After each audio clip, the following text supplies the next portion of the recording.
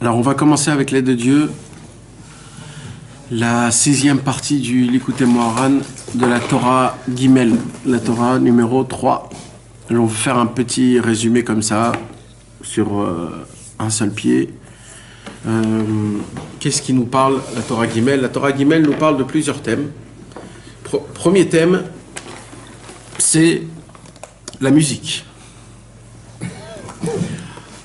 Rabbi Nachman de Breslev nous fait apprendre que la musique, ce n'est pas du tout quelque chose de simple. C'est que tous les cieux, le monde, tout dépend de la musique, dépend de la mélodie, car le monde en entier, c'est une seule mélodie qui joue pour Akadosh Baruch Hu. Nous, on fait partie de la mélodie, de cette mélodie-là. On fait partie de cette harmonie. Et chacun y rajoute sa note. Chacun, il a une note à jouer dans sa vie. Et il joue la note pour que l'harmonie, pour que le... Comment ça s'appelle tout le monde? Symphonie. Pour que la symphonie puisse être à la perfection. Et ce qu'on nous demande à nous, c'est d'essayer le maximum de se conduire de manière que, Chas v'Shalom, on ne rend pas la symphonie une mauvaise mélodie ou alors un mauvais chant. Et Rabbi Nachman nous a appris aussi que puisque la racine du monde, c'est la mélodie, le monde a été créé par une certaine mélodie, chaque sagesse, elle a aussi une mélodie. La Torah, elle a une mélodie, tout a une mélodie. Et à l'époque, comment on prophétisait? Il fallait entendre de la musique, il fallait jouer des instruments de musique, et comme ça, grâce à ça, il y avait les prophètes qui arrivaient à prophétiser. Pourquoi? Parce que du même endroit, là où la prophétie et là où la musique, elle descend dans le monde, dans les cieux, c'est le même endroit, la prophétie et la mélodie. Et cet endroit, c'est quoi cet endroit? C'est un truc qu'on ne sait pas, mais on dit comme c'est écrit, c'est une espèce de deux oiseaux. C'est comme ce qu'on appelle les chérubins. C'était comme les chérubins qu'il y avait dans le Beth Amikdash, dans le Mishkan. C'était quoi les chérubins? Les chérubins, c'était le signe comme quoi Akadosh Baruch Hu, il nous aime. Écrit que les chérubins, ils étaient enlacés. Ils étaient enlacés. Un mâle et une femelle, ils étaient enlacés. Et c'était le signe comme quoi Akadosh Baruch Hu, il nous enlace tout le temps. Quand Chas v'Shalom, on ne se conduisait pas comme il faut. Les chérubins se retournaient des deux côtés et il n'y avait pas de lien. Et dans ces chérubins-là, la racine dans les mondes supérieurs, ce sont deux oiseaux qui chantent à Akadosh Baruch Hu. Et c'est de là-bas où descend la prophétie et la musique, la mélodie. Il dit Rabbi Nachman de Breslev, quand il y a une mélodie qui est propre, avec des instruments propres, et avec un musicien qui est propre, quand on entend sa mélodie, on a la possibilité de rebondir complètement dans le service divin. Ça peut nous mettre un éveillement qui est énorme pour servir à Kadosh Baruch Hu. Plus que ce que peut nous donner une parole de Torah. Parce que pourquoi? Parce que notre Neshama de base, elle a été conçue dans la mélodie. Comment? Dans le monde supérieur, à Kadosh Baruch Hu, dans tout ce qui se passe, dans le Beth Midrash qu'il y a en haut, chez tous les tzadikim, etc., il y a là-bas, toujours de la mélodie qui chante. Il y a toujours de la mélodie. C'est la mélodie tout le temps. Il y a une musique spéciale qui joue, et c'est ça qui maintient tout le monde en entier. Alors, quand notre Neshama, elle descend dans ce monde, d'un coup, il n'y a plus de mélodie. Il y a une autre sorte de mélodie. C'est quoi l'autre sorte de mélodie? C'est quand quelqu'un y râle, quand quelqu'un il gronde, il se met en colère, il grogne. C'est aussi une sorte de mélodie. C'est un air qui est très aigu, qui est pas bon à entendre, mais c'est aussi une mélodie. C'est des notes de musique. Et maintenant, qu'est-ce qui se passe? Il se passe que c'est pour ça que le bébé, quand il naît, il pleure tout seul. Pourquoi il pleure? C'est quoi? Comment je suis descendu dans un monde aussi bas? Et automatiquement, quand on entend une musique qui est sainte, d'une personne qui est pure, des instruments qui sont corrects, alors d'un coup je me rappelle de ce qui se passait dans les mondes en haut, et là ça me fait un éveillement énorme, et là j'ai envie de servir à Kadosh Baruch Hu. Mais il y a aussi l'autre côté, quand on entend des musiques d'une personne qui n'est pas bonne, avec des instruments qui ne sont pas corrects, et un air qui n'est pas pur, alors il se passe que j'ai des envies de faire des mauvaises choses. Ça me donne envie à faire des péchés. Et des fois il y a plus que ça. Des fois, ça va me faire rentrer dans ma tête, dans mon cerveau, des idées qui sont pas comme il faut. C'est quoi? C'est des idées du sechel qui n'est pas comme il faut. Où on a vu ça? On a vu ça chez Elisha ben Avouya. Elisha ben Avouya, c'était un très très grand sadique, c'était un Tana dans la Gemara. Et malgré toute sa grandeur et sa grandeur qu'il avait envers Akadosh Baruch Hu, parce qu'il entendait tout le temps, parce que toujours il entendait des musiques grecques, alors il a complètement tourné. Alors c'est vrai que nous on ne peut pas comprendre à la première vue et à la première oreille comme ça qu'on entend cette histoire, mais il faut savoir que c'est un travail petit à petit qui déforme notre cerveau. Il nous dit Rabbi Nachman de Breslev, comment on pourrait donc être sauvé de tout ce genre de problèmes. Il dit Rabbi Nachman, quand on étudie de la Gemara la nuit, alors on se crée un shirion, comme on dit, un bouclier, que ce bouclier, qu'est-ce qu'il va faire? Il va nous remettre en place toutes les idées que la musique ou la mélodie nous a déformées dans notre cerveau. Maintenant, pourquoi Dafka la nuit? Parce qu'il ne faut pas que ça soit une étude chez l'Olishma, c'est-à-dire pas pour Akadosh Baruch Hu, pour être appelé un rabbin, pour qu'on connaisse tous que moi je suis un connaisseur, etc. Non, il faut étudier la nuit, personne te voit. Donc c'est sûr que tout ce que tu étudies, ça te garde. Pourquoi? Parce que tout homme qui étudie la nuit, il a un cadeau du ciel. C'est quoi ce cadeau du ciel? C'est qu'il y a un filet de bonté, un Chut Shel Chesed qui descend du ciel et qui te protège. Et ce Chut Shel Chesed là, il fait quoi? Ce Chut Shel Chesed, il va faire que quand un homme, après, il va entendre des musiques, des mauvaises musiques, ça ne pourra pas l'endommager dans son cerveau. Ça, c'est plus ou moins ce qu'on a étudié. Ouais. Il dit aussi dans cette Torah, il dit que si tu étudies le jour, la Gemara, sans étudier la nuit, tu es obligé de dévier et après que ce ne soit pas les Shem Shamaim. Et que tu dérapes et que tu étudies pour ton kavod, pour qu'on t'appellera. Il dit ça, non? C'est inévitable, non, d'arriver à ce stade, si tu étudies la Gemara que le jour. Non, il ne te dit pas que c'est inévitable, mais il te dit que tu n'as pas la protection. Ça veut dire que ça dépend de ton libre arbitre. Comme ça? Ouais. C'est pas inévitable. Ouais, c'est très dangereux. C'est dangereux. C'est dangereux. C'est dangereux. Et là, on va arriver dans le paragraphe numéro 4, dans le Likutei Moharan. Et là, le paragraphe, normalement de base, un homme qui étudie simplement la Torah numéro 3, il croit que la Torah, elle s'est terminée.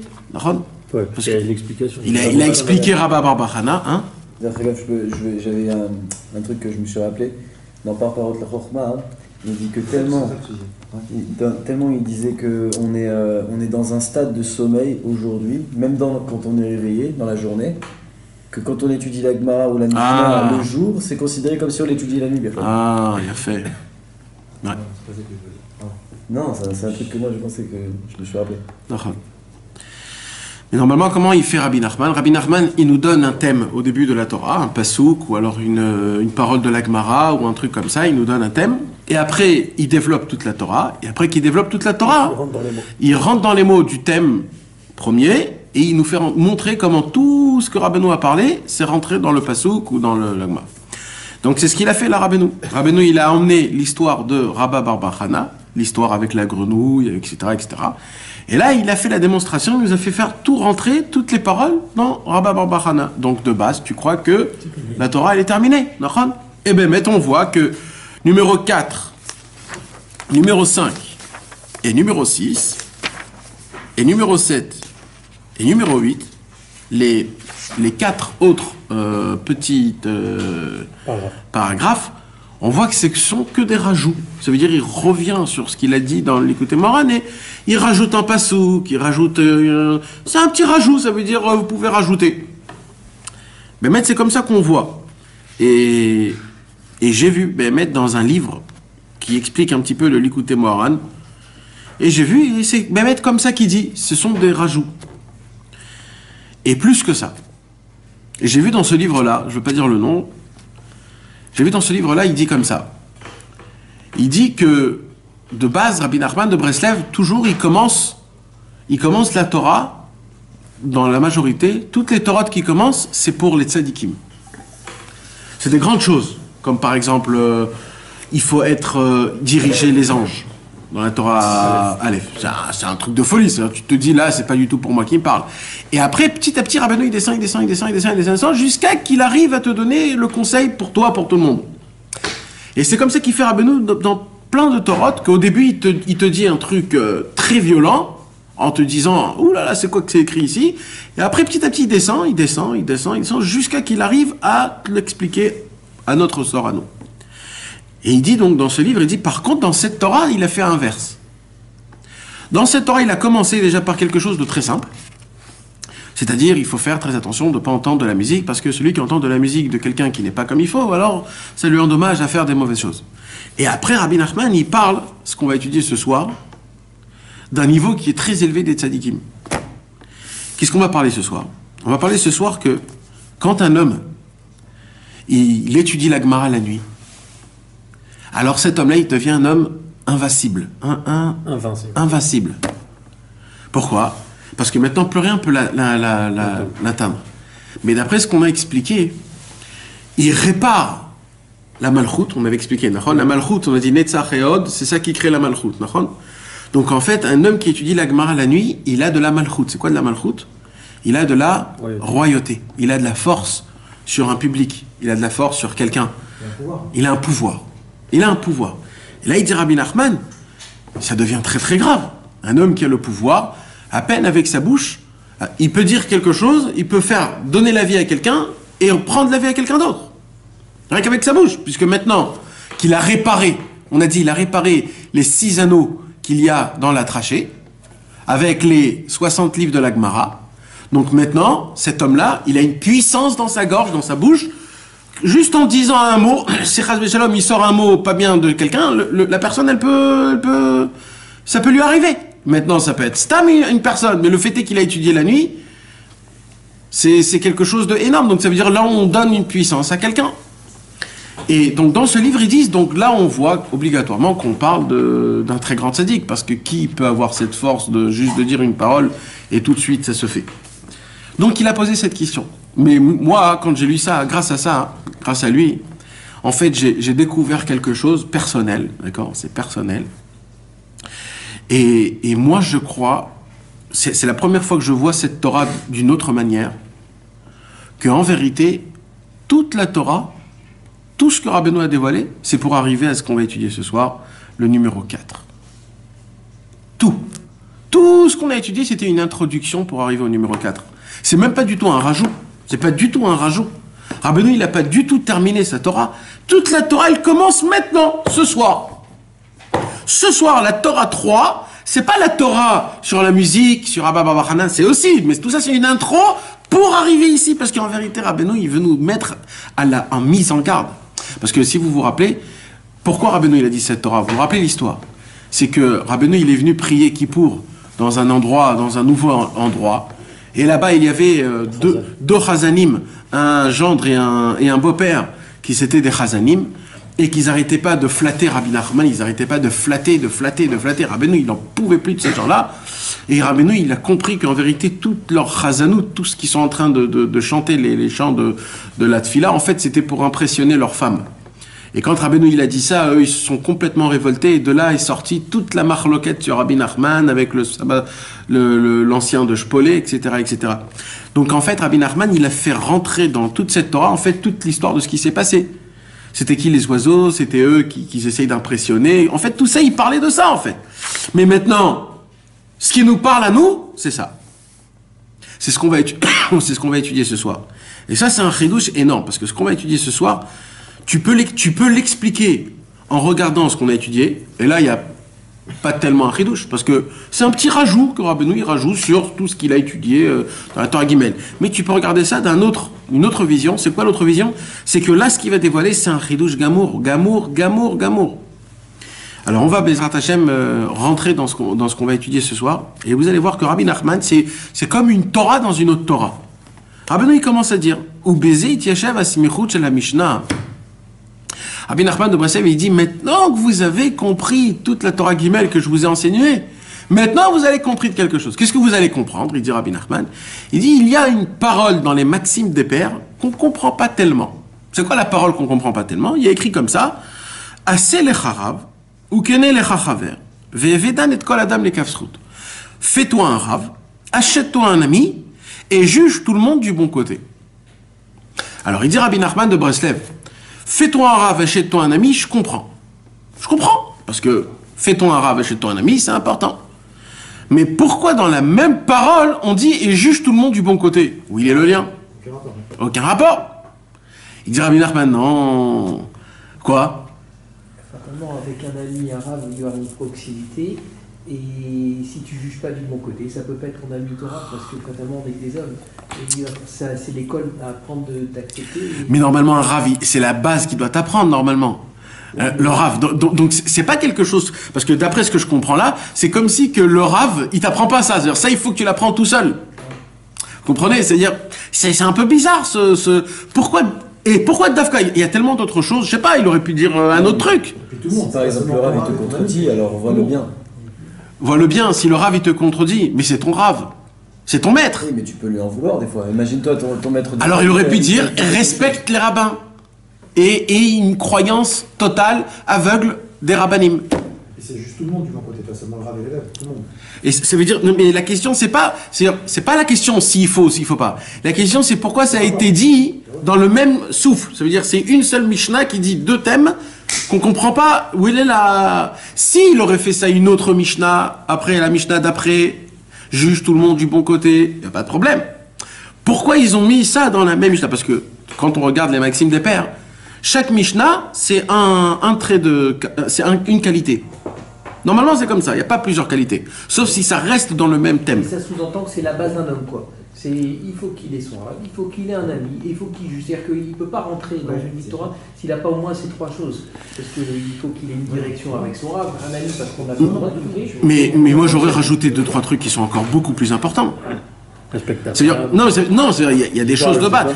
Et déjà d'abord rester dans le thème de Rav, point barre, déjà grossier-le, ça veut dire aie une totale confiance à ton Rav, ne trompe jamais, n'aie pas de safek, comment on dit, de doute ou des choses comme ça. Après, il aurait parlé sur l'ami, et après, il aurait parlé juge du bon côté. Mais là, c'est obligé qu'il doit avoir un lien. Ça veut dire, et ce lien, c'est-à-dire pourquoi Dafka cette parole? Il y a tellement de. Alors, il dit Rabbi Nachman de Breslev, c'est pas pour rien. Avec tout ce qu'on vient d'expliquer dans la Torah 3, donc dans l'enseignement 3, il dit Rabbi Nachman, il y a un lien qui est exceptionnel. Il dit, mais par contre, pour ça, il faut essayer d'être un petit peu ésotérique. Parce que c'est un jeu de mots. En fait, la Mishnah, elle nous cache dans les mots, dans un jeu de mots, c'est-à-dire pas dans l'explication générale, pas dans le littéral, mais c'est plus un jeu de mots. Dans chaque mot, il se cache un tout petit enseignement qu'avec tout ce qu'on a étudié auparavant, on va tout de suite le découvrir. Et il dit Rabbi Nachman, et là, vous allez comprendre qu'est-ce qui se cache, pourquoi justement on met cette parole-là, juge tout le monde du bon côté. Alors, il dit Rabbi Nachman comme ça. Qui a l'idée chez Shomea Negina Kanal, ou Metaken Binyan Amalchut Shelo. Ça veut dire quoi? Comme on l'a expliqué tout à l'heure, le problème, c'est quoi qui crée notre royauté? Alors, on a tous une royauté. On a une royauté sur notre femme, sur nos enfants, une certaine royauté sur nos amis, ça dépend.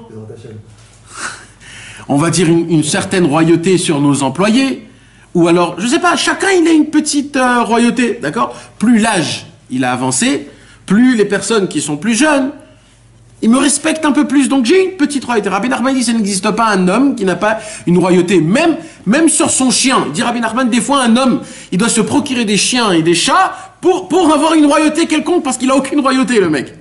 Alors ben, on a obligé d'avoir une royauté quelconque. Maintenant, il dit Rabbi Nachman de Breslev, vous savez comment on peut reconnaître la royauté de chez quelqu'un? C'est quelque chose de énorme, ce qu'il dit Rabbi Nachman. Exactement. Dans la Torah 56, Rabbi Nachman de Breslev, il dit on peut découvrir la royauté de quelqu'un par rapport à sa voix. Vous savez, il y a des gens qui ont une voix qui est très grave. Tu sais très bien que celui-là, il faut se faire petit à côté parce que vous allez voir que tous les avocats, ils ont plus ou moins la même voix. Les policiers, ils ont tous plus ou moins la voix un peu aiguise. Ils ont tous une voix qui est spéciale. Un juge, il a une voix. Jamais vous allez voir un juge ou un avocat qui parle comme ça, vous savez. Pourquoi? Parce que c'est impossible, le mec, il peut pas, c'est pas ça. Et par contre, vous allez voir que les femmes, ils ont tous une voix qui est fine. Pourquoi? Parce que les femmes, ils ont moins de malchoute, ils ont moins de royauté. Pourquoi? Parce que toute la royauté, on la découvre comment? Par la voix. Et vous allez voir qu'il y a des fois des hommes, femmelettes, qui ont une voix comme ça. Malheureusement, mais c'est Akadosh Baruch Hu qui fait les choses. Parce que c'est de la nature, c'est la malchoute. Il dit Rabbi Nachman, la voix c'est la malchoute. La voix c'est la royauté d'Akadosh Baruch Hu, c'est le pouvoir, comme il a dit. C'est le pouvoir que j'ai sur quelqu'un. Tu comprends? Vous allez voir qu'il y a beaucoup quand par exemple il y a des rabbanim que quand ils parlent, ils ont une voix qui est très très comment on dit forte. Comment on dit? Ça dépend s'il est ashkénaze ou pas. Non, rock, ouais, grave, des voix graves. Tu vas voir que quand tu entends une personne pareille, c'est pas pareil que quand tu entends le même cours avec une voix qui est beaucoup plus fine. Tu vas moins recevoir la chose. Parce que quand tu l'entends avec la radiophonie, ça veut dire dans la radiophonie. Pourquoi ils font que les voix, toutes les publicités dans la radio, pourquoi ils font que toutes les personnes dans la publicité de la radio, ils ont tous une voix grave? Ça n'existe pas qu'il y ait un mec, alors 3 chips pour 10 shekels. Bah, personne va les acheter, ces 3 chips pour 10 shekels. Par contre, ils vont te faire une voix d'un monsieur. Alors, pourquoi? Parce que plus c'est grave, plus il y a du pouvoir, plus quand ça va rentrer dans ton oreille, il va avoir plus d'effet. Et là, tu vas dire, ah, peut-être que. Et là, ça va rentrer. Ça fait partie du système du. C'est comme ça, Mehmet, c'est comme ça que c'est écrit. Alors maintenant, il dit Rabbi Nachman, j'ai pas terminé. Donc, il dit Rabbi Nachman, donc, regardez comment c'est beau, ça veut dire, on a parlé là de quoi? De la voix, de la musique.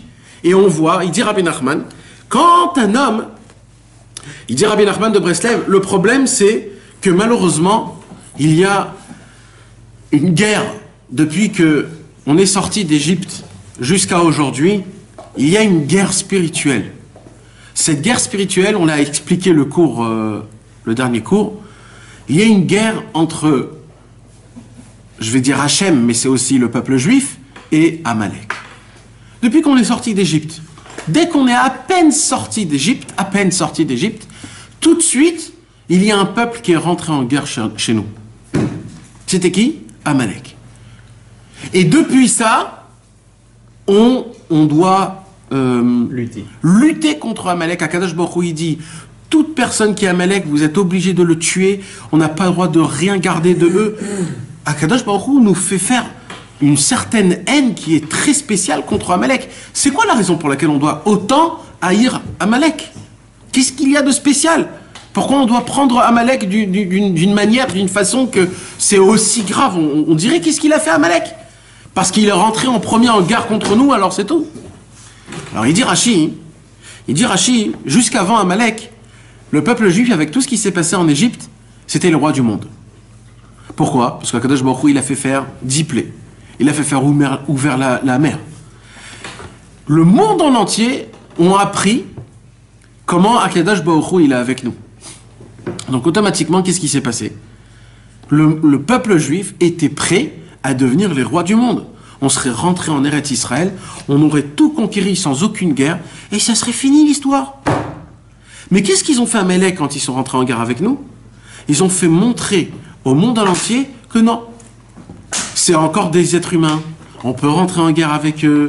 C'est pas aussi comme on croit. C'est des gens normaux. Ils ont du sang qui coule dans les veines. C'est pas des anges. Ils ont refroidi. Asher kara bader. Ils ont refroidi la peur que le monde. Akadosh Baruch Hu, il a dit pour le refroidissement. Alors jusqu'à la fin de tous les temps, on sera contre Amalek. Parce que le plus important chez moi, c'est la chaleur, il dit Akadosh Baruch Hu. C'est quand je veux de la ferveur. Et vous allez voir, il dit, c'est écrit dans Sefer Amidot, tout celui qui te refroidit dans quelqu'un qui te refroidit, c'est Amalek.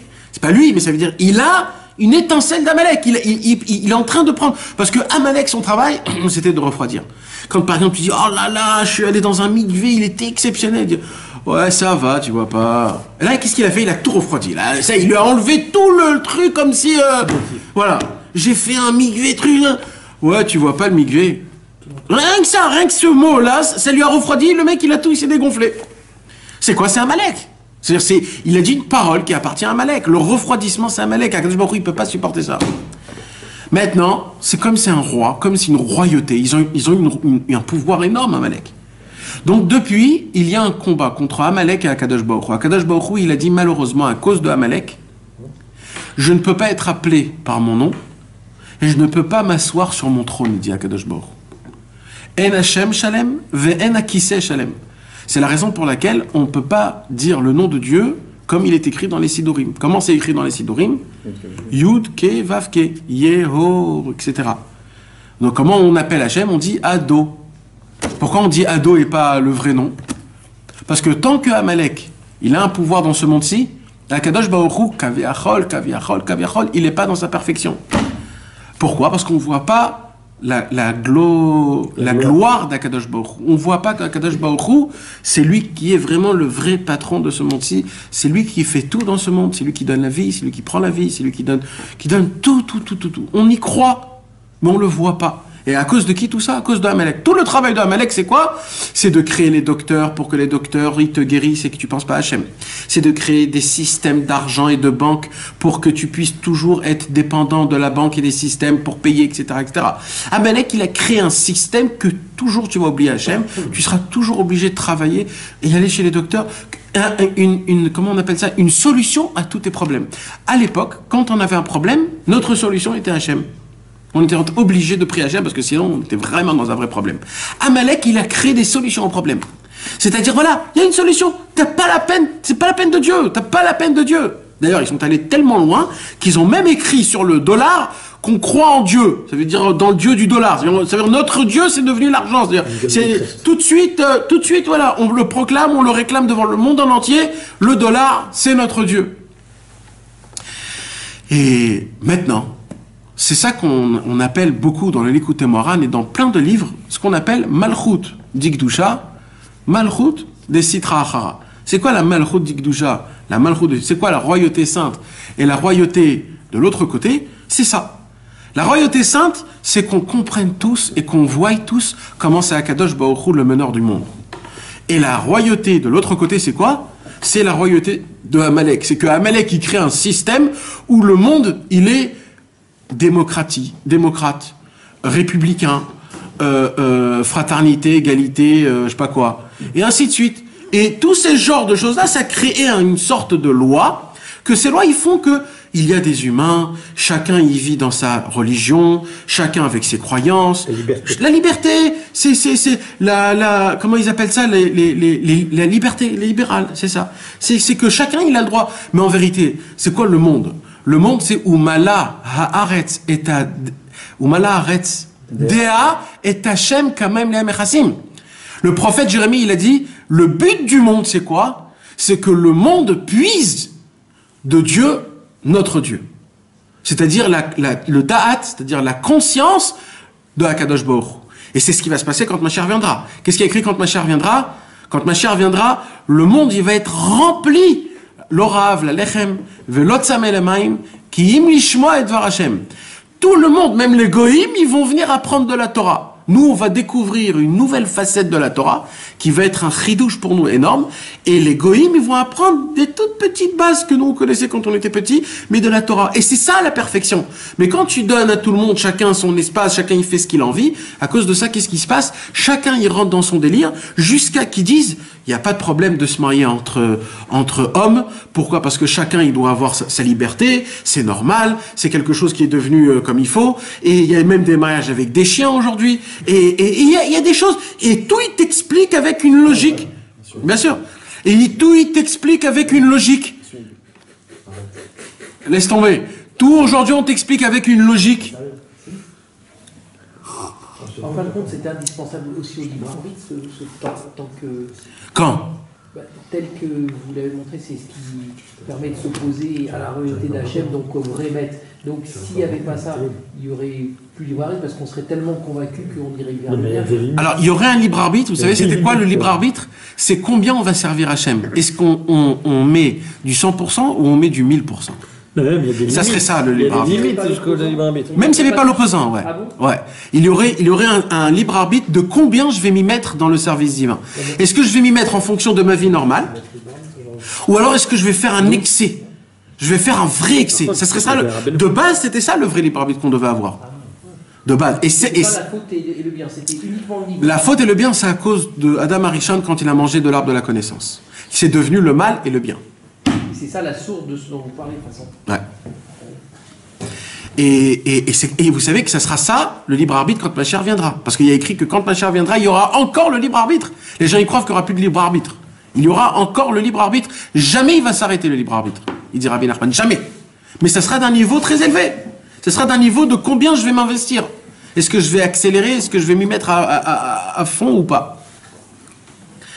Mais Kitsour, mes amis, ce qui se passe donc, c'est qu'il y a une guerre entre la royauté divine et la royauté de l'autre côté. C'est quoi la royauté? Comme on a expliqué, chacun il a un peu de royauté. Grâce à quoi on a un peu de la royauté? Grâce à notre Neshama. C'est quoi la Neshama? C'est une toute petite partie d'Akadosh Baruch Hu qu'Akadosh Baruch Hu nous a donné, puisque Akadosh Baruch Hu c'est le roi du monde, le roi de tous les rois, le maître de l'univers, et qui nous a donné cette petite partie. Donc, dans tous les cas, on a un tout petit peu de cette royauté-là. Maintenant, le problème, c'est qu'est-ce qu'on fait avec cette royauté? Alors, malheureusement que Dieu nous en préserve, il y a des gens qui utilisent cette royauté pour leur propre intérêt.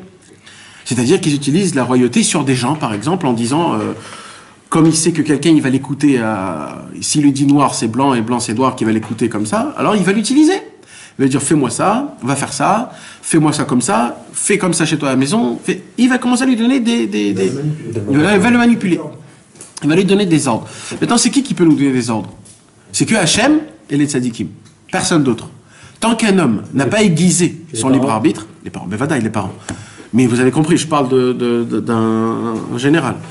Maintenant, qu'est-ce qui se passe? Quand une personne n'a pas encore aiguisé sa neshama, c'est-à-dire qu'il n'a pas enlevé son libre arbitre, il n'a pas tué son Yetzerara, tant qu'il n'est pas pur, il ne peut rien dire à son prochain. Rien.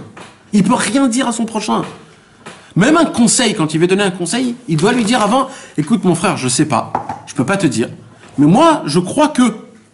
Il le met en garde, moi je crois, je ne sais pas, maintenant fais ce que tu veux avec. Mais même un conseil, c'est pas évident qu'on peut donner une vitesse aussi grande. C'est très très très difficile, on ne peut pas rentrer dans le cas de chacun. Personne peut comprendre l'autrui. Personne au monde. Personne, même un rave, même un tzaddik. Même un tzaddik, il ne peut pas comprendre un autrui. D'où on voit ça? Moshe Rabbeinu. Moshe Rabbeinu, il a dit, quand on va sortir d'Égypte, c'est notre paracha, mes amis. Il a dit, tout le monde sort. Et quand tout le monde est sorti, à droite, il y avait plein de peuples. C'était qui ces plein de peuples? C'était le Erev Rav. Le Erev Rav, ils sont venus chez Moshe, ils ont dit à Moshe, Moshe, est-ce qu'on peut sortir avec toi? Moshe Rabbeinu a dit, bien sûr, il faut rapprocher tout le monde. Nachan. Kadosh Baruch Hu, il a dit, Moshe, fais très attention. Fais très attention, Moshe Rabbeinu. C'est que le peuple élu. Mais Moshe Rabbeinu, il a dit non, il faut que tout le monde se rapproche. Qu'est-ce qu'ils nous ont fait faire, le Erev Rav? Ils nous ont emmené la poisse là où on était. C'est eux qui ont fait le Vaudor. C'est eux qui ont fait c'est eux qui ont pleuré quand ils ont fait comment on appelle les Meraglim là? Les explorateurs. Les explorateurs. C'est eux ils arrêtaient pas de se lamenter pendant 40 ans dans le désert, on n'a pas de poulet, on mange de la manne, on en a marre, etc. C'est eux qui n'ont pas arrêté de nous embêter. C'était le Erev Rav. Donc c'est Moshe Rabbeinu, Moshe Rabbeinu, il a compris à la fin de sa vie, il a compris qu'il s'est trompé. Pourquoi? Parce qu'il a ouvert la porte à tout le monde. Mais pourquoi Moshe Rabbeinu il a ouvert la porte à tout le monde? Parce qu'il a appris ça de Avraham et de Yitzhak et de Yaakov. Parce que qu'est-ce qu'ils ont fait, Avraham, Yitzhak et Yaakov? Eux, ils ont fermé. Quand Avraham Avinu, il a prié à Sodome et Gomorrhe, Hachem, ne détruis pas s'il te plaît Sodome et Gomorrhe. Peut-être il y a 50 tzadikim, peut-être il y en a 40, peut-être il y en a 30, peut-être il y en a 20, peut-être il y en a 10. Après, dès qu'il a dit 10, il a dit bon, alors détruis.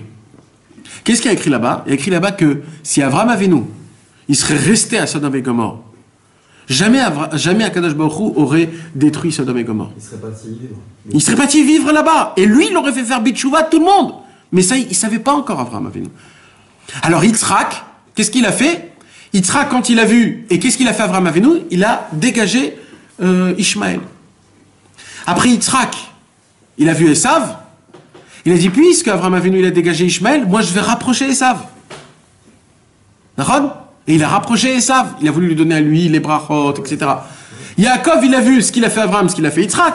Yaakov, il a dit, Hachem, moi je veux que tout le monde, ça soit tous des tzadikim.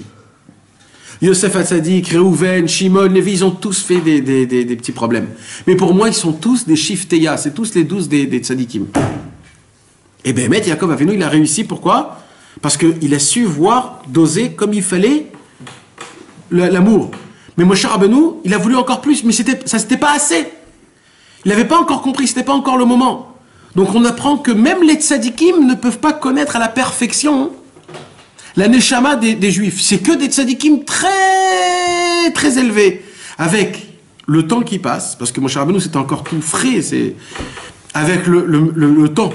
Comme Rabbi Shimon Bar Yochai. Rabbi Shimon Bar Yochai est sorti de la grotte. Qu'est-ce qu'il a vu? Il a vu deux juifs qui étaient en train de couper de la gerbe dehors, de labourer. Et quand il a vu ça, Rabbi Shimon Bar Yochai, avec ses deux yeux, il les a brûlés. Akadosh Baruch Hu, il a dit, mais dis-moi, t'es venu brûler mon monde, rentre dans ta grotte et calme-toi. Il est rentré encore 1 an, et quand il est sorti, il a vu un juif avec 2 myrtes. Il a dit, c'est quoi ces 2 myrtes? Pourquoi tu as ces 2 myrtes? Alors il a dit, c'est l'Irvot Shabbat Kodesh, un pour Shamor et un pour Zachor. Rabbi Shimon Bar Yochai, il a dit, regarde, Ribono Shel Olam, comment le Ham Israël, il est bon. Et là, Hachem le dit, là, je préfère. Là, je préfère. Ça veut dire, là, ça a commencé le tikkun. Comment essayer de apprendre, c'est quoi une neshama d'un juif? La neshama d'un juif, c'est tellement un mystère, comme on ne peut pas connaître un juif, un Kadosh Baruch Hu, on ne peut pas le connaître. On ne peut pas le connaître. Comme c'est un juif, on ne peut pas le connaître. Personne ne peut juger aucun juif. Personne ne peut connaître aucun juif. Quand un homme utilise sa royauté sur un juif, c'est là où Rabbi Nachman, il nous dit, et c'est ça le but de toute la Torah Gimel, à cause de ça, avec ta bouche, tu peux tuer mon monde et tu peux donner la vie à mon monde. Tout dépend de ta bouche, c'est très très grave. C'est énormément grave. On a une bouche, c'est comme un peu la Torah bête. On a dit que dans la Torah bête, quand un homme il a la Shmirat Habrit, alors ses lèvres, ils deviennent comme une épée. Et double tranchant. Et imaginez-vous un homme qui tourne avec une épée dans un chouk. Il peut couper à droite à gauche. Un homme, il peut demander dans sa prière quelque chose, tout de suite Hachem l'entend et peut-être c'est pas bien. Là, il continue Rabbi Nachman. Il dit Rabbi Nachman, c'est de là. Alors, je reviens maintenant dans la Torah. Écoutez comment ça fonctionne. Quand un homme, il essaye d'étudier la Gemara la nuit pour se protéger d'entendre toutes sortes de mélodies qui sont pas bonnes, ou metaken binyan malchut shelo, alors grâce à ça, qu'est-ce qu'il fait? Il construit sa propre malchut, sa propre royauté, son propre pouvoir. C'est ça qui a écrit dans la Mishnah, Assez les harav, fais-toi un rave. C'est-à-dire quoi, fais-toi un rave? Ça veut dire créer ta propre royauté en étudiant la Gemara la nuit, que quand tu vas étudier la Gemara la nuit, tu crées la malchut, c'est-à-dire que personne ne va endommager la malchut parce que tu l'as bien en bouclier. C'est ça, Kne Lechachaver. Fais-toi un rave et achète-toi un ami. Il dit Rabbi Nachman, c'est pas ça le pshat. Le pshat, c'est quoi? C'est assez lecharav. C'est quoi assez lecharav? Crée-toi le rave de toi-même. C'est-à-dire, crée-toi un rave. Qu'est-ce qu'il a? Il a un pouvoir. Un rave, il a un pouvoir sur ses disciples. C'est de la malchut. Donc, il dit Rabbi Nachman, crée-toi une malchut. Comment tu vas te créer ce pouvoir-là? Comment? En étudiant la Gemara la nuit. Parce qu'on a dit que quand on étudie la Gemara la nuit, alors on répare Netzach Veod, et Netzach Veod, c'est eux qui créent la malchut, donc tu as une malchut. Il dit, ou Kne Lechachaver, il dit Rabbi Nachman, c'est quoi achète-toi un ami? C'est pas achète-toi un ami, il dit Rabbi Nachman. Kané, c'est quoi? C'est la trachée. Le kané, ici, c'est ça le kané, c'est un tuyau. Ou Kne Lechachaver. Grâce à ça, tu vas réparer, quand tu vas étudier la Gemara la nuit, tu vas réparer ta trachée. On parle de la trachée que de là sort la voix. Maintenant, c'est quoi Chaver? Chaver vient du mot chibour. C'est quoi chibour? On a dit que quand les chérubins, ils étaient des deux côtés, c'est quand Akadosh Baruch Hu, il n'était pas content de nous. Et on a dit que ça ressemble à quoi quand les chérubins, ils étaient séparés? Ça ressemble aux oiseaux impurs. Et les oiseaux purs, ça ressemble quoi quand les chérubins, ils sont mechoubar. Alors il dit Rabbi Nachman, Aseh lecharav.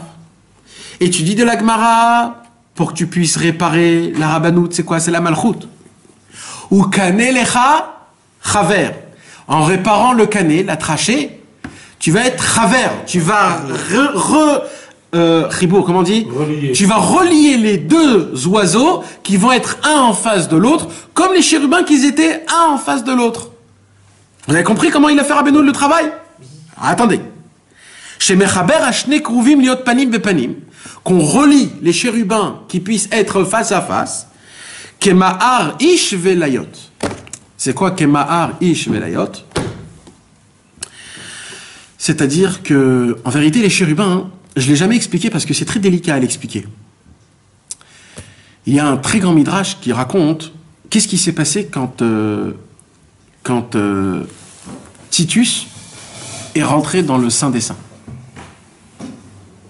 Il est écrit que quand Titus est rentré, ça a été le premier à rentrer dans le Saint des Saints. Quand il est rentré, il a pris son épée, que Dieu nous en préserve, et il a fait une brèche sur la parochette. Et il y a du sang qui a coulé. Il a vu le sang, il a eu très peur, Titus. Et il a dit, purée, j'ai tué Dieu. Il a dit, si j'ai tué Dieu, je peux rentrer dans le Saint des Saints. Parce que même lui, il avait peur de rentrer dans le Saint des Saints. Et là, il enlève la parochette, il rentre dans le Saint des Saints, et là-bas, il emmène une prostituée. Alors le Midrash pose une question, il dit, vous voulez le lien, pourquoi emmener une prostituée? Ça y est, t'as tout fait, t'as tout fait, t'as fait des excréments, il a emmené des choses, t'es rentré dans l'endroit là où personne rentrait, même aucun juif, que le Kohen, pendant une demi-heure, à Kippour, une fois, et maintenant, pourquoi t'emmènes une prostituée? Qu'est-ce qu'il y a? Alors le Midrash dit quelque chose de très... En vérité, personne avait vu comment les chérubins ils étaient, puisque personne ne pouvait rentrer. Donc en vérité, on nous a appris jusqu'à maintenant que les chérubins ils sont face à face. On imagine, mais on n'a pas vu. Voilà, on sait tout ce qu'on sait. Il n'y a que le Kohen Gadol qui sait ce qu'il y a là-bas. Il n'y a personne d'autre au monde sait ce qu'il y a là-bas. Donc nous, on nous a juste dit que les chérubins ils sont face à face. Mais en vérité, Titus, il a vu quelque chose d'autre. Ça a été le premier homme à voir c'était quoi les chérubins. Et là, il a dit Kemahar Ish Velayot. En vérité, les chérubins, ils ne sont pas face à face. Les chérubins, ils sont un dans l'autre. Ouais. Comme dans un zivoug. Parce que l'union que Akadosh Baruch Hu, il a avec nous, c'est un. Ça forme un. Donc, il a vu quoi? Il a vu les chérubins, un dans l'autre, mamash. C'est pour ça que dès qu'il a vu ça, il a dit, ah, vous, le saint de saint chez vous, c'est de l'immoralité. Je vais amener ici des prostituées. Et là, il a... C'est possible qu'ils étaient ensemble si c'était un moment de guerre. Exactement. C'est la question qu'on a posée. C'est la question qu'ils ont posée. Comment c'est possible, hein? C'est pour assurer, montrer que... Exactement. Malgré tout ça, Akadosh Baruch Hu, il est avec nous. C'était la preuve la plus grande au Ham Israël que Akadosh Baruch Hu, même dans des situations comme ça, il reste collé. C'est comme ça que c'est écrit.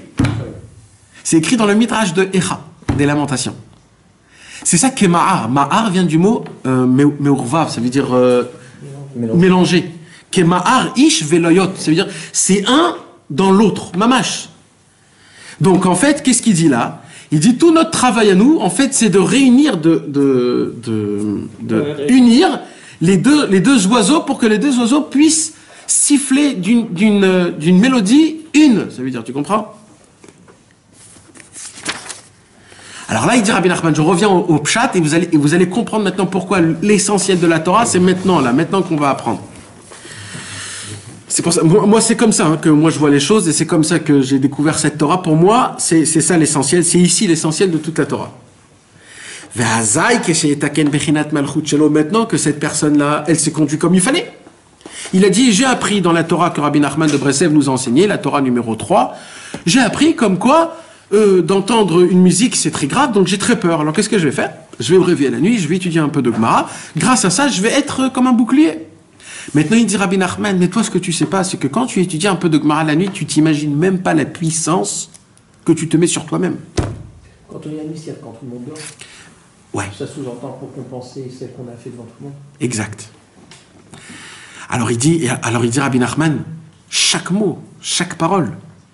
Vous savez, j'ai lu dans le Rambam il dit, tout ce, je crois que je vous l'ai déjà dit, tout ce qu'on étudie la nuit, c'est 8 fois ce qu'on étudie la jour. Je parle de la puissance physique, ça veut dire pas spirituellement. C'est-à-dire ton cerveau, il est tellement zen, propre, après un sommeil, t'es propre, il n'y a rien dans ta tête. Il n'y a pas le banquier qui doit t'appeler, tu ne dois pas sortir dans 1 heure. T'es comme il faut. Tout ce que tu étudies, c'est puissance 8. Pourquoi? Parce qu'il y a un passage qui dit Az Yedaber, et il dit Az, c'est Gematria 8, c'est puissance 8. Il dit donc comme ça, tellement c'est puissant, la Gemara, la nuit, que tu te crées une malchoute, que tu t'imagines même pas c'est quoi la malchoute, ce pouvoir que tu as. Tu peux, il dit Rabbi Nathan, dans Ilchot Nedarim Alachae, il dit tu peux sortir dehors, tu peux dire à quelqu'un donne-moi quelque chose, il te donne. Tu sais pas pourquoi, mais toi ce que tu sais pas, c'est parce que tu es tellement fort dans ton cerveau, dans ta voix, qu'il y a un truc, tu t'imagines même pas.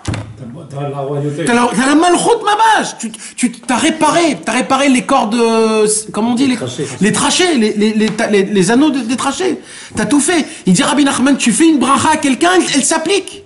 Chas v'shalom, tu dis une malédiction, que Dieu nous en préserve, ça fonctionne. Pourquoi? Parce que tu as une puissance exceptionnelle dans ta bouche. Alors il dit Rabbi Nachman comme ça. Donc quand il répare sa malchut, il pourra dominer, gouverner sur tout ce qu'il veut. Il pourra tuer quelqu'un et faire vivre quelqu'un. Ah, donc on comprend. Attends. Donc de là, imaginez-vous maintenant si tout le monde se met à étudier la Gemara, le monde en entier s'avale. Un il s'énerve, il dit un truc, l'autre il dit toi tu peux, c'est un balagan. C'est là où Rabbeinu il dit, c'est pour cela que dans les maximes des pères il y a écrit juge tout le monde du bon côté. Pourquoi juge tout le monde du bon côté? Parce que tu seras tellement puissant dans ta bouche que si chas v'shalom tu vas dire un truc, un mot, ça va être très grave. Donc de base, la première chose qu'on te demande, puisque tu as de la puissance dans ta bouche, juge tout le monde du bon côté. Ne massacre personne. C'est beau.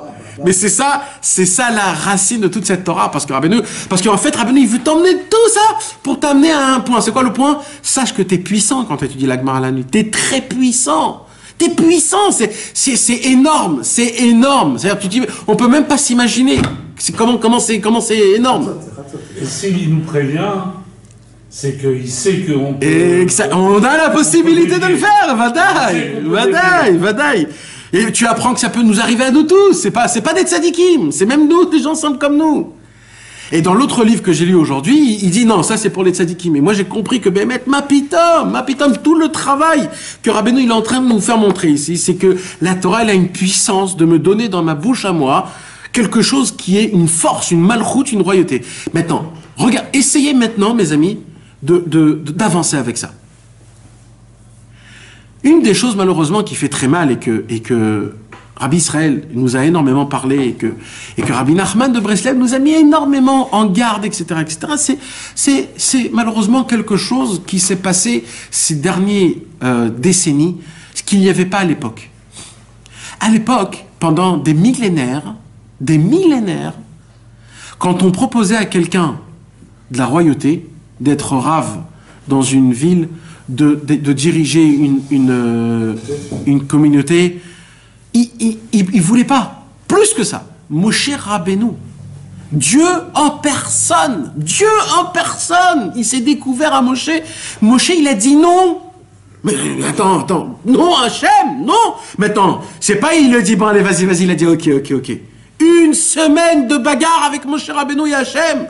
Hachem lui dit je t'envoie délivrer mon peuple. Moshe Rabbeinu il dit non. Jamais de la vie.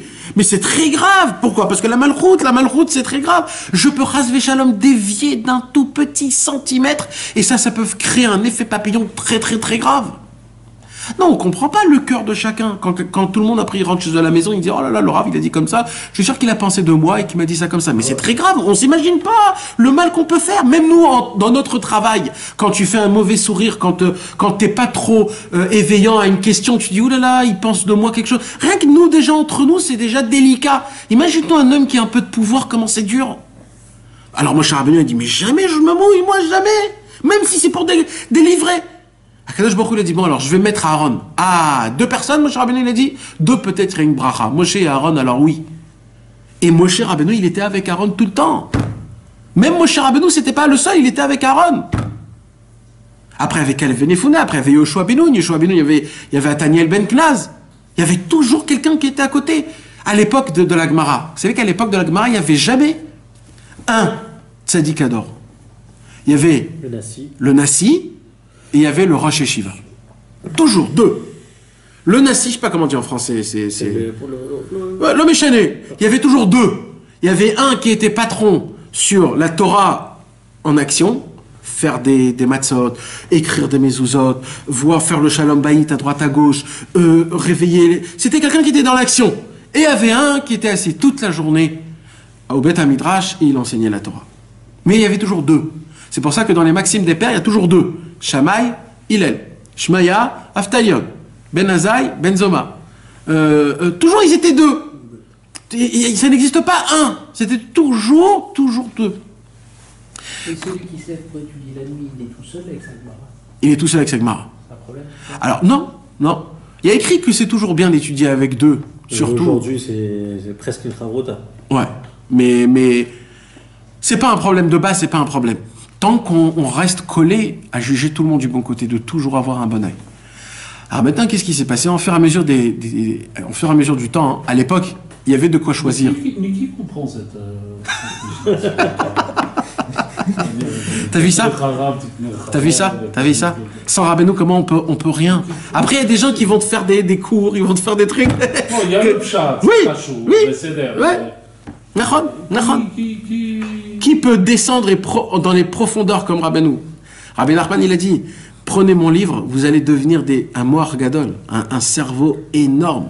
On peut même pas s'imaginer jusqu'à où, comment Rabbeinu il est arrivé. Et ça, c'est encore le pshat de Rabbeinu. Ça veut dire Rabbeinu lui-même, il a son sod, tu peux encore en rentrer en approfondissant, etc. Et là, tu deviens complètement fou.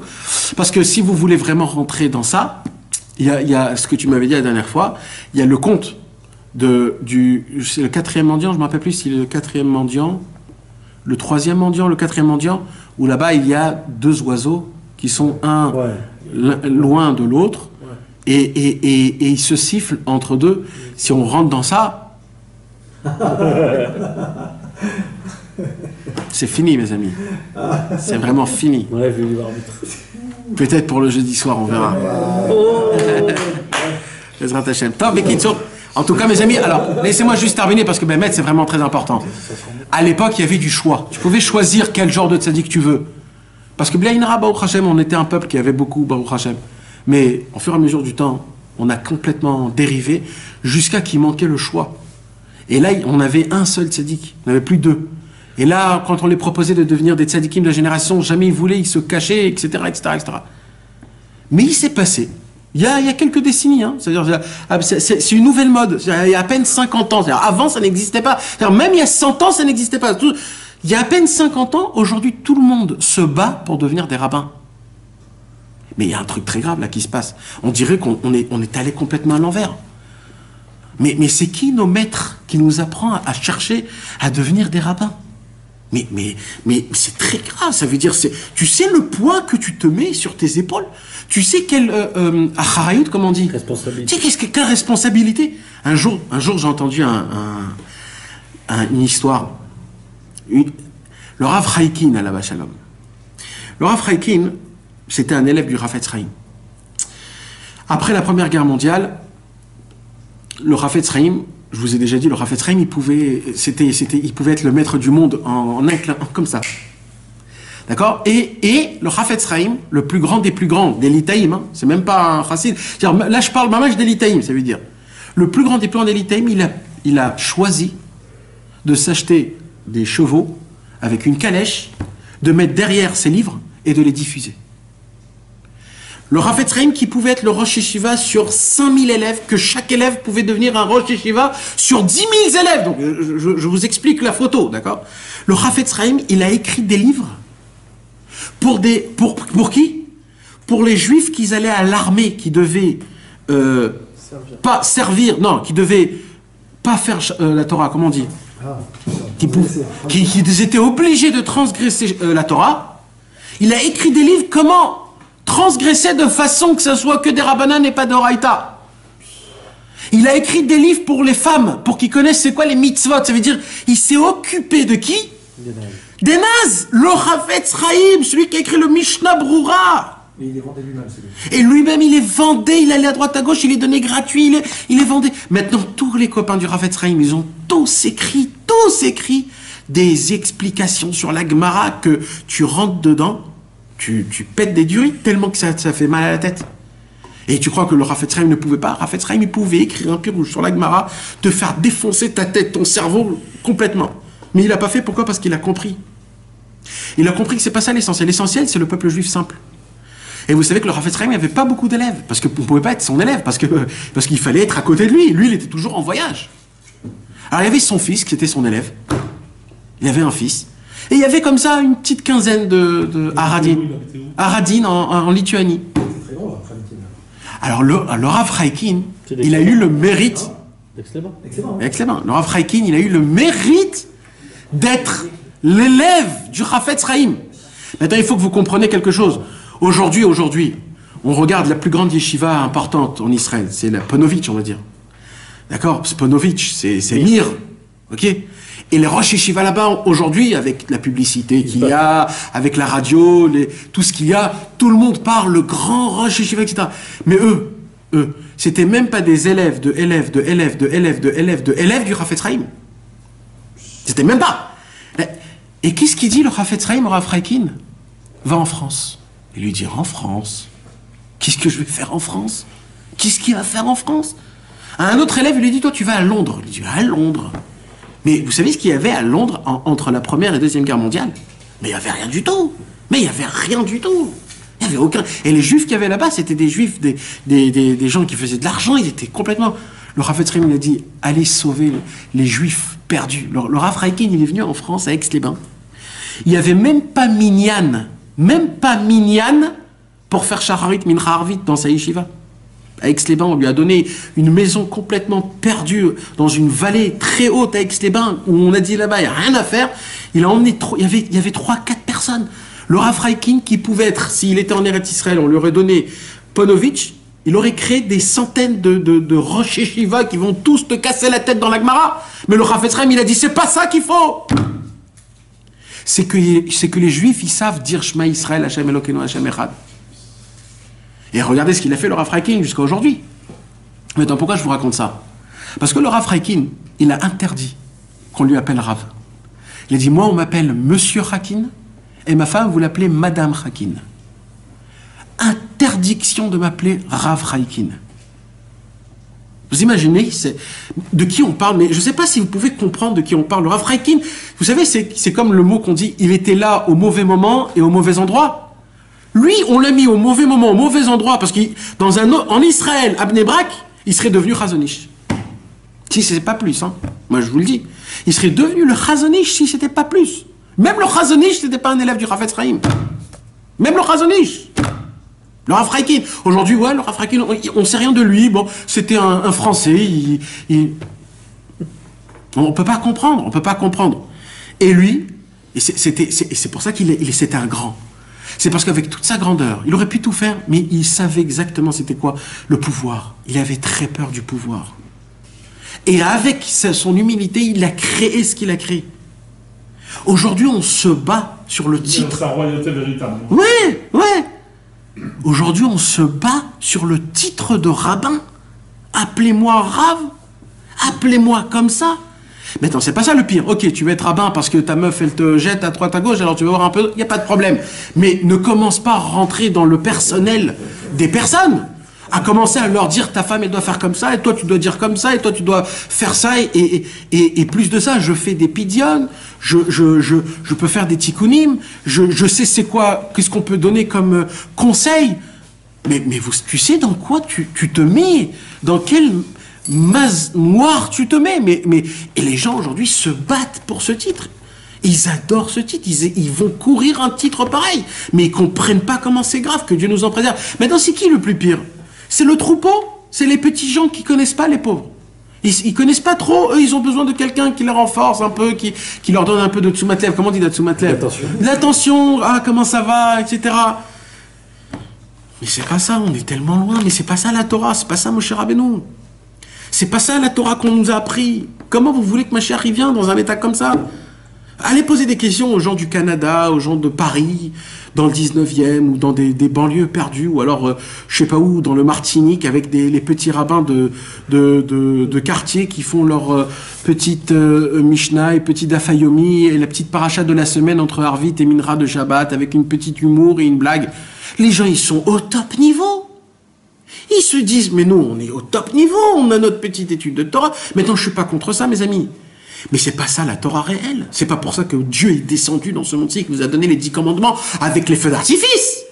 C'est pas pour qu'il y ait un petit rave de quartier qui te dit un petit Dvar Torah sur la page de la semaine, et le monsieur il rentre pépère chez lui à la maison en racontant comme si que c'est ça la Torah. C'est pas ça la Torah. La Torah elle a été donnée feu blanc sur un feu noir, avec les anges qui sont descendus, avec la crainte de Dieu. Il y a écrit que Rava, quand il était assis devant Rav Nachman en train d'écouter la Torah, il y a écrit qu'il avait tellement peur de Rav Nachman qu'il se mordait les lèvres. Et un jour, la Gemara, elle dit, il s'est tellement mordu les lèvres qu'il a giclé du sang. Il n'a pas fait attention tellement qu'il avait très peur. De s'asseoir dans un cours de Torah, c'était un travail de folie. C'était comme ça, comme si il va se passer un truc. Mais où est ce truc de Torah? Où c'est ça? Où c'est parti? Aujourd'hui, non, c'est plus un Rav, il est humoriste, qui donne des blagues, c'est sympathique, on aime les gens qui parlent de bien sur tout le monde, peace in love. Mais vous cherchez quoi exactement? Qu'est-ce que vous cherchez? Vous cherchez un flatteur qui vous flatte du matin jusqu'au soir en vous disant que c'est ça? Ou alors vous voulez vraiment savoir c'est quoi le chemin de la Torah? Vous savez, j'ai entendu un pshat, un chidouche gadol meod. J'ai adoré ce chidouche-là. Aujourd'hui, il y a une nouvelle mode de dire on aime tout le monde, Ahemet ve'ha shalom, la paix, Dieu il a effacé son nom pour la paix, la paix, la paix, la paix, la paix. Écoutez bien. Il y a écrit comme ça, Aaron HaKohen, quand il est parti de ce monde, tout le peuple juif a pleuré Aaron HaKohen 30 jours. Pourquoi? Parce que Aaron HaKohen, et quand Moshe Rabbeinu est parti de ce monde, il y a écrit qu'ils ont pleuré des jours. Il n'y a pas écrit combien de jours. La Gemara pose la question, pourquoi chez Moshe il n'y a pas écrit le nombre de jours et chez Aaron il y a écrit le nombre de jours? Alors, la Gemara elle dit pour le kavod de Moshe. C'est-à-dire quoi pour le kavod de Moshe? C'est parce que quand Moshe Rabbeinu est mort, ils n'ont pas pleuré 30 jours. Ils ont pleuré beaucoup moins que 30 jours. Alors, la Gemara elle dit comment c'est possible? Ils ne pleurent pas sur Moshe et sur Aaron ils pleurent. Alors, la Gemara elle dit oui. Aaron HaKohen, tout son travail c'était quoi? C'était la paix. Il rentrait dans les tentes, il voyait, il entendait s'il y avait des bagarres entre l'homme et la femme, il rentrait, il faisait la paix. Quand il voyait quelqu'un, il part sur l'autre, il allait chez deux, il a dit venez, c'est pas bien, etc. Donc quand Aaron HaKohen, il est parti de ce monde, ils se sont dit oulala, alors là, ça va être le balagan. Donc là, il faut vraiment pleurer 30 jours parce que quand on aura une querelle entre eux, on va être paumé. Par contre, mon cher Rabbeinu, ils n'ont pas pleuré 30 jours. Presque, ils ont dit, ah, mon cher Rabbeinu est parti. Comment c'est possible? Alors écoutez bien, mes amis, comment c'est Emet. Comme ça, c'est écrit. Un vrai meneur, il ne peut pas être beau et gentil devant tout le monde. Parce qu'il est obligé de trancher. Quand tu tranches, un, il est pour toi, l'autre, il est contre toi. Et il dit, comment on voit c'est quoi un vrai rave par rapport à ses ennemis? Plus il a d'ennemis, plus c'est un émet. C'est ça un vrai rave qui meurt, et que tout le monde est gentil après lui. Alors lui, c'est qui en fait? Il faisait un peu là, un peu ici. Quand il partait, il disait je suis avec toi. Quand il était je suis avec toi. Il est avec tout le monde. Le mec, il est plein peinard. Un vrai Rav, c'est quelqu'un qui a pas peur de dire c'est comme ça, tu te trompes frère et tout, c'est comme ça, moi je suis pas avec vous, ni toi ni toi. Oui, c'est ça un vrai Rav, c'est qu'il tranche. Alors c'est obligé qu'il se crée. C'est pour ça que quand Moshe Rabbeinu il est parti de ce monde, il y en avait un grand paquet qui n'ont pas pleuré pour Moshe Rabbeinu. Et c'est comme ça qu'on découvre un vrai Rav. Un vrai Rav, il est obligé de se mouiller. Tu peux pas ne pas te mouiller. Non, aujourd'hui on cherche d'être... C'était Korach. Korach il a dit Kol Haeda Kulam Kedoshim. Pourquoi on a pleuré sur Aaron? Alors non, Aaron c'était un tzaddik amour bevadaï. Mais c'est juste pour expliquer le... C'est meilleur à Israël. Hein? Bevadaï. Pourquoi? Qu'est-ce que tu crois? Et tu sais comment c'est déplaisant d'être haïr du monde, du public? Parce que eux ils savent pas que c'est pas personnel. Et eux ils le prennent personnel. Mais lui il te dit mais moi je t'aime mon frère, mais tu te trompes. Qu'est-ce que je te dis? Tu te trompes. Et lui il le prend personnel. Alors vas-y, prenez le personnel si c'est ça que vous voulez. Alors Richbonne après on est en pire. Ouais, exactement. En réalité, c'est pas ça. Mais pas du tout. Il y a la guerre de Haman Amalek. Vadaï, t'es obligé de te mouiller. Les vrais tzadikim, ils font la guerre. Non, les mecs. C'est la malchoute. On rigole. Mais Kitsour, mes amis, mais c'est ça qu'on parle, mais c'est ça qu'on peut pas comprendre. Comment c'est grave ces choses-là. Maintenant, aujourd'hui, on court après ça. Ça veut dire que tu cours après une masse d'excréments. C'est écrit dans les Maximes des Pères, c'est pas moi qui dis. Arabanout, Mekaberet et Baaler. Le rabbinisme. Le rabbinat l'enterre. C'est les Maximes des Pères qui a écrit. Il a écrit haï le rabbinat. Il a écrit, c'est la Torah qui te le dit. Et aujourd'hui, ils se font tous appeler Rav, ils se font tous appeler. Mais maintenant, vous savez quoi? Je suis pas contre Hasvesham. Encore une fois, je vise personne. Je parle sur la généralité des choses. Mais maintenant, il y a là, je vais viser là. Non, pourquoi? Parce que quand on rentre dans la catégorie de Breslev, ou Rabbi Nachman de Breslev de base quand il est mort, Rabbi Nachman de Breslev. En réalité, Nathan, excuse-moi de te couper. Moi, je te crois quand tu dis que tu aimes et que tu vises personne et tout ça. En réalité, c'est que tu dis que bien sûr, il faut quand même un petit rave, il faut un rave de quartier, il faut mais qui ne va pas en dehors de son Exactement. Voilà. Qui sache sa place. Voilà. On a besoin de rave de quartier, on a besoin de Bevada, ils font un travail exceptionnel, ils vont dans des endroits perdus et ils gardent la halacha, ils font la chazanout, ils font la brit mila. Bevada, chaz veshalom, je me suis très très mal expliqué, chazak dov, je me suis très très mal expliqué. Bevada qu'on a besoin, mais qui connaissent leur place, pas qui vont au dehors de leurs limites en disant passez par moi et je vous fais parce que la personne comme si qui connaît Maneshama. Oui, mais on te dit, choisis-toi arabe, enlève-toi tes doutes. Donc quand tu es arabe, c'est aussi, on nous a prévenu que c'est lui qui doit t'aider à résoudre tes problèmes. Donc qu'est-ce que quelqu'un dans ses banlieues et dans ses villes, il va aller voir qui s'il ne va pas voir son rave? Mais mec, le système nous a été proposé comme ça. Celui qu'on accuse le rave, c'est aussi nos textes qui nous disent que c'est... Non, mais le rave, par exemple, quand tu vas le voir dans une banlieue à Annie, en Gennevilliers, le mec il connaît rien, et qu'il va lui poser une question, il va lui répondre, c'est magnifique. Ça, je parle pas de ça. Mais celui qui pose la question, il connaît encore moins que celui qui va la poser la question dans ce lieu et qui n'a pas la chance d'avoir d'autres choses de lui. Non, mais moi je parle pas de ce cas-là. Je parle pas de ce cas-là, c'est pour ça que je me reviens. Dans des sphères où il y a déjà des niveaux. Voilà. Là, je pars quand il rentre dans le personnel. Ça veut dire, il dit, écoute, va pas voir un tel, parce que lui va savoir un truc. Moi, je te connais, je sais, toi, tu dois rester en France. Ne monte pas en Israël, c'est pas bon pour toi. Comment il rentre dans des choses comment on appelle ça? Ésotérique. Comment il rentre? Un rave de quartier, son travail c'est quoi? C'est donner la halacha. Comment il faut faire? Qu'est-ce qu'il faut faire? Quand tu as besoin d'un truc, nida, le lait et la viande. Pas de direction dans ta vie. Personnel, ou alors il peut donner un conseil, encore une fois, je vous ai dit.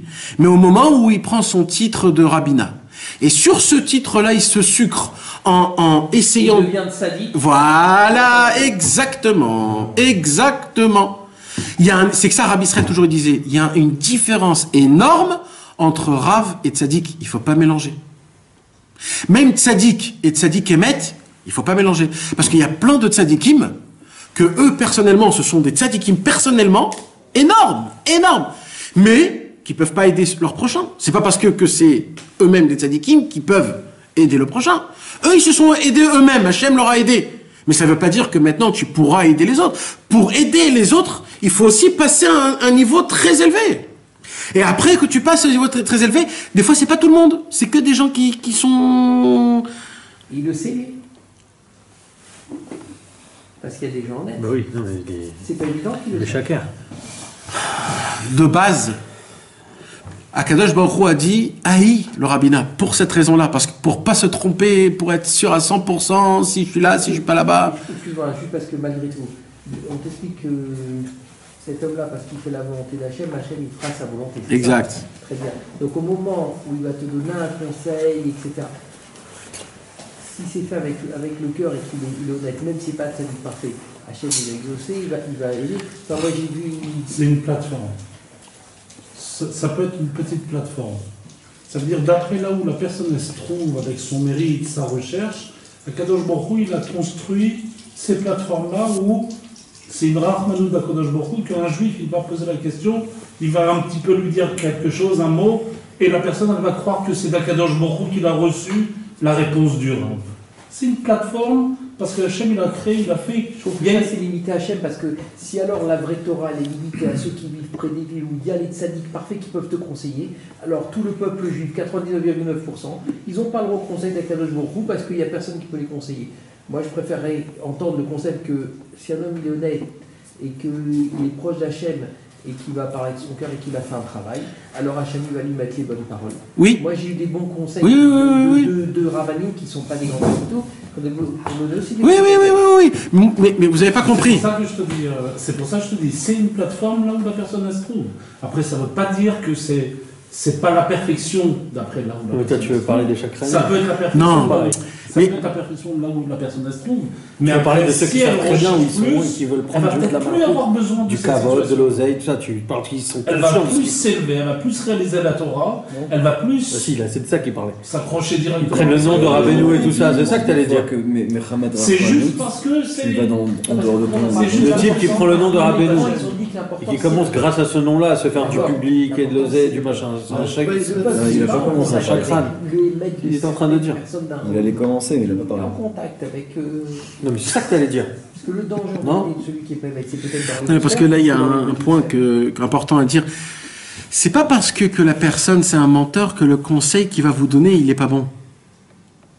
On a dit la malchoute. C'est quoi la malchoute? C'est que tous les conseils qu'il va vous donner c'est bon. Il a de la puissance dans sa bouche. Ça va fonctionner. Mais le fait est que ça fonctionne, c'est pas une preuve que lui c'est un sadique. Parce que même les menteurs, je vais pas appeler ça les menteurs, j'aime pas ce mot-là, les charlatans, c'est pire. Alors comment on peut dire, avec de la finesse, comment on peut dire, des personnes qui sont pas à leur place. Manipulateurs. Non, même ça. Qui sont pas à leur place, d'accord? Je parle des gens qui savent, hein, je parle pas des gens qui sont, je parle des gens qui savent, qui sont des imposteurs, d'accord? Eux, ils ont de la puissance, ça fonctionne. Ils ont même la puissance de faire des miracles. Sans qu'ils savent comment. Ils disent quelque chose, ça se fait. Ça fait partie de la malchoute qu'on vient parler. Ils ont bien étudié dans leur vie. C'est toute la force de la Torah. C'est une puissance énorme qu'ils ont dans leur... Qu'est-ce qu'ils font avec cette puissance? Ils ont la possibilité de se rapprocher avec Hachem, ou alors, comme on a dit, de l'utiliser avec les individus. Et qu'est-ce qu'on fait des petits juifs qui lui voient? Alors, le petit juif, il est rien. Le petit juif, il est simple. Non, mais lui, il va demander un conseil. Lui, il voit un homme de Torah. Il ne sait pas, lui, le pauvre. Il n'y a pas de problème pour ça. Il n'y a pas de problème pour ça. Les problèmes, c'est les gens qui flattent. C'est très grave. Les gens qui connaissent le système et qui viennent, ils disent je suis à côté de vous, hein, monsieur le rabbin, ne vous inquiétez pas, je suis là. S'il y a quelqu'un qui vous embête, vous me dites tout de suite. Et c'est lui qui forme le soi-disant noyau, le soi-disant équipe. Le soi-disant... Mais là, on est en train de rentrer dans des... Mais en gros, c'est de ça que je parlais. En gros, d'accord? Donc, il faut faire très attention, même pour nous, d'accord? Même pour nous, quand on étudie la Torah, il faut faire très attention. En tout cas, de base, il faut savoir quelque chose. Quand on rentre maintenant dans la catégorie de Breslev, là, j'ai parlé en général, mais quand maintenant on rentre dans la catégorie de Breslev, que Rabbi Nachman de Breslev, quand il est mort, il savait qu'il allait mourir. Il a parlé de sa mort 3 ans avant qu'il est mort. Rabbi Nachman de Breslev, il a méfourage, il a dit ouvertement, après moi, il n'y aura plus rien jusqu'à le Mashiach. Ça veut dire quoi? C'est pas qu'il y a quelqu'un qui va venir et qui va succéder quelqu'un et que lui il va laisser un successeur et qu'un tel, fils d'un tel et un tel, une sorte de royauté comme ça existe. C'est connu, on n'est pas contre Hasbe Shalom. Mais Rabbi Nachman de Breslev, comme il connaissait ce problème, il a vu que l'essentiel problème qu'il y aurait quand Mashiach viendra, c'est le manque de Emouna, c'est le superficiel, c'est la routine, comment on appelle ça, le Velev Ein, le manque de cœur pour le service divin. Et Rabbi Nachman, il a dit, c'est pour cela, vous aurez un travail qui sera un peu plus dur, mais ce travail-là, il va vous forcer à servir Hachem. C'est quoi? C'est la recherche après moi. C'est la recherche après Hachem. Avram Avinu, vous savez, qu'est-ce qu'il lui a donné à Kadosh Baruch Hu? Il lui a dit à Kadosh Baruch Hu, il s'est dévoilé à Avram Avinu. Maintenant, il lui a dit, sers-moi. Avram Avinu, il a dit, comment je vais te servir? Et il m'a dit, bah, tu vas chercher. Tu vas chercher. Débrouille-toi. Ouais, Lech Lecha. Par où? Comment? Lech Lecha. Qu'est-ce qu'il lui a fait Hachem? Stam, il a rigolé avec Avram. Pourquoi il lui fait comme ça? Non, parce que qu'est-ce qu'il lui a fait montrer à Kadosh Baruch Hu Avram? Il lui a dit, si toi-même tu vas pas te réveiller, tu vas éveiller ton cœur, tu vas voir, tu vas vouloir brûler de volonté comment je peux servir Hachem. Si t'as pas ça, tu pourras pas me découvrir. Si ça sera trop facile, tu pourras pas. Alors Avram Avinu, il a brûlé de volonté de servir Hachem, il a découvert Shabbat, Brit Mila, Tefillin, Eruvin, tout. Et vous croyez qu'Avram, il a enseigné à Yitzhak? Wallo. Yitzhak, il est venu, il a dit, maintenant, tu vas faire ce que j'ai fait moi. Et Yitzhak, il est parti, où? Dans la forêt. Vayetzi Yitzhak, la soir bassadé. Hachem, je t'en supplie, je veux te servir.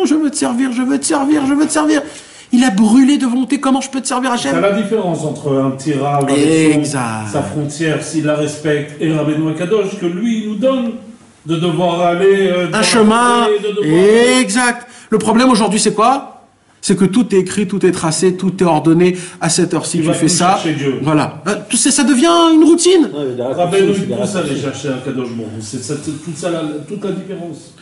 C'est pour ça qu'il y a encore une marque loquette des rabbanim sur Rabbeinu. Enfin, ils croient que c'est une marque loquette, mais et tout le truc, c'est quoi? C'est pourquoi il y a une marque loquette Mina Shamaim, où il y en avait eu une grande sur Rabbeinu, parce que Rabbi Nachman de Breslev, qu'est-ce que Dieu il a donné à Rabbeinu?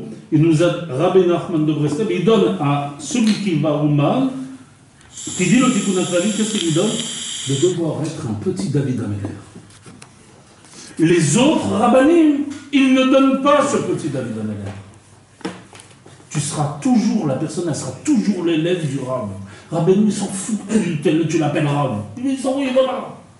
Il veut que tu sois un David Améler. Et tous les conseils de Rabbi Nachman de Breslev, c'est pour être un petit David Améler. Si les autres rabbanim, tu sens qu'ils te font devenir un David Améler, tu peux y rester. Mais si tu es toujours dans ce petit gnognon, alors là, peut-être que c'est Rabbeinu qui dit qu'il faut chercher un rébé très très grand. Pourquoi? Parce qu'il va te faire devenir toi-même le vrai juif, qui va prier le maître du monde pour tout recevoir, pour tout avoir, pour tout régler.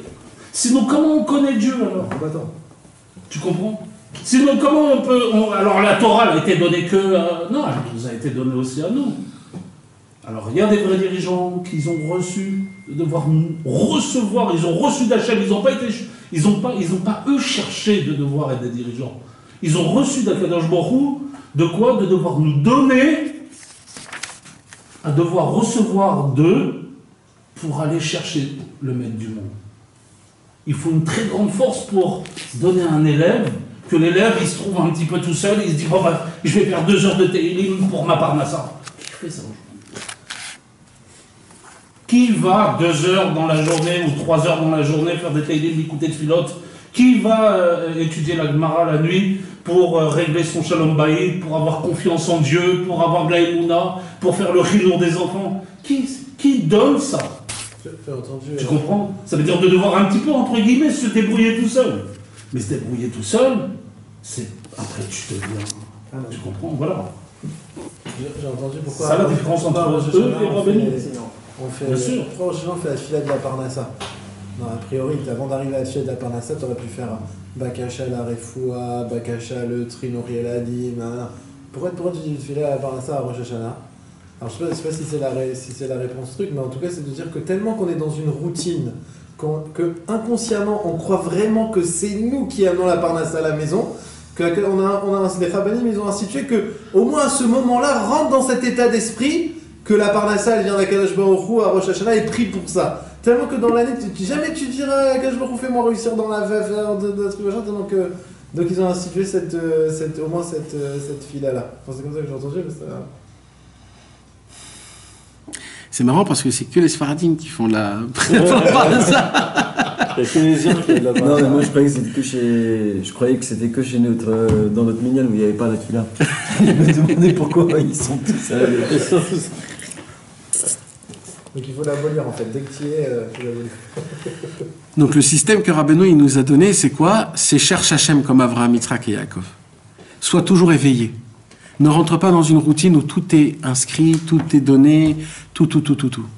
Maintenant, quand Rabbi Nachman il est mort et qu'il n'a pas laissé de successeur, et que Rabbi Nathan il est resté un élève, tout le monde n'avait pas compris comment c'est possible que Rabbi Nathan c'est un élève. Et vous savez pourquoi il y a eu la marloquette contre Rabbi Nathan pendant 6 ans, jusqu'à qu'on a été poursuivi jusqu'à mort? Pour une seule raison, très simple. Il ne comprenait pas pourquoi Rabbi Nathan c'est un élève, et c'est pas le Hadmour. Il disait, si Rabbi Nathan c'est pas l'Admour, c'est que vous croyez que Rabbi Nachman il est encore vivant. Ah, vous êtes des fous. Vous êtes des fous. Et là, la marloquette, elle a commencé. Rabbi Nathan, il aurait pu être le dirigeant Breslev normal, formel, et tout serait normal. Rabbi Nathan dit, non, je resterai le Rabbi Nathan avec ma casquette. On va m'appeler Rabbi Nathan. Moussaleh. Comme ça, on va m'appeler. Et comme ça, c'est resté. Et ainsi de suite. Les successeurs soi-disant. Il y avait une casquette vraiment. Il portait vraiment une casquette. Rabbi Nachman de Tulchin, tous les grands tzadikim de Chassid et Breslev, ils étaient tous des personnes qui étaient des normales, des chaverim. Et ça n'empêchait pas de donner des cours, ou etc., etc. Mais ça restait dans l'encadrement ouais, un peu plus que chaverim, mais... Même Rabbeinu, ça m'a étonné, parce que quand tu vois ses lettres, il signe Nachman quand il écrit à ses élèves. Ah, il va pas écrire. Qu'est-ce qu'il écrit? Il est obligé. Nachman, Rabbeinu. Non, mais des fois, il y a le petit Nachman. Ouais. Akatan Nachman. Ouais. Et donc, maintenant, quand il y a dans l'encadrement, dans le cadre Breslev, des nouvelles modes de devenir des rabbins, alors ça va à la contradiction de base de tout ce que c'est Breslev, puisque tout l'union de Breslev, c'est quoi? C'est d'enlever ce terme. Pas qu'il n'y a pas de rabbin, ça fait très peur aujourd'hui, mais c'est-à-dire qu'il n'y a pas de meneur. C'est-à-dire le seul dirigeant, c'est notre maître Rabbi Nachman de Breslev, qui nous a tout laissé dans les livres, tout. Il nous a donné toutes les introductions, et maintenant, la seule chose qu'on a besoin, c'est s'entraider entre amis. De se donner le coude, renforce-toi mon frère, t'inquiète pas, ça va aller. Mais de là où il y a quelqu'un qui vient et qui donne des instructions, quand quelqu'un il donne des instructions dans Breslev, ça prouve que ce que Rabbeinu a donné, ça suffit pas. Et là, c'est le plus grand Chilul Hashem qui puisse exister au monde. Ça fait montrer à Rabbi Nachman qu'il n'a pas tout donné. Et là, Rabbi Nachman, il a échoué à son travail qu'il est venu dans ce monde-ci. Il n'est pas simplement un homme qui a étudié Rabbi Nachman et qui transmet ce que l'autre n'a pas... Ça, il n'y a pas de problème. Quand il transmet le 100%, c'est de donner en plus, c'est-à-dire qu'il essaye d'expliquer, de rajouter son interprétation. Là, il prouve qu'en fait, ce que Rabbi Nachman a donné, ça ne suffit pas. Et Rabbi Nachman, il a dit, je vous ai déjà tout donné. Vous pouvez tout trouver. Donc quand tu donnes un conseil, c'est ça. Rabbi Nachman, il a écrit un livre de conseils, un livre de qualité, des conversations, des prières, des enseignements.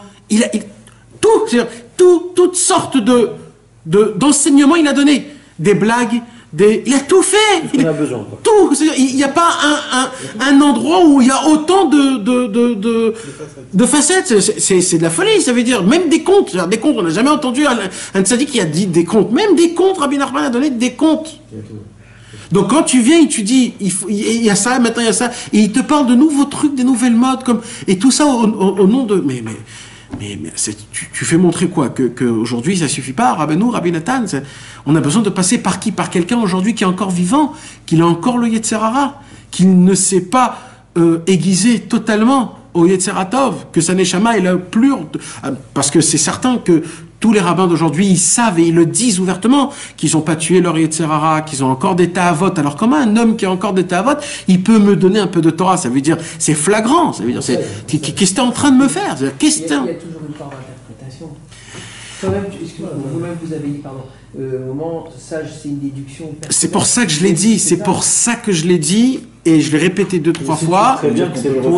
C'est pour ça que je l'ai dit, et je fais très attention à ça. Il prend ou il prend pas après.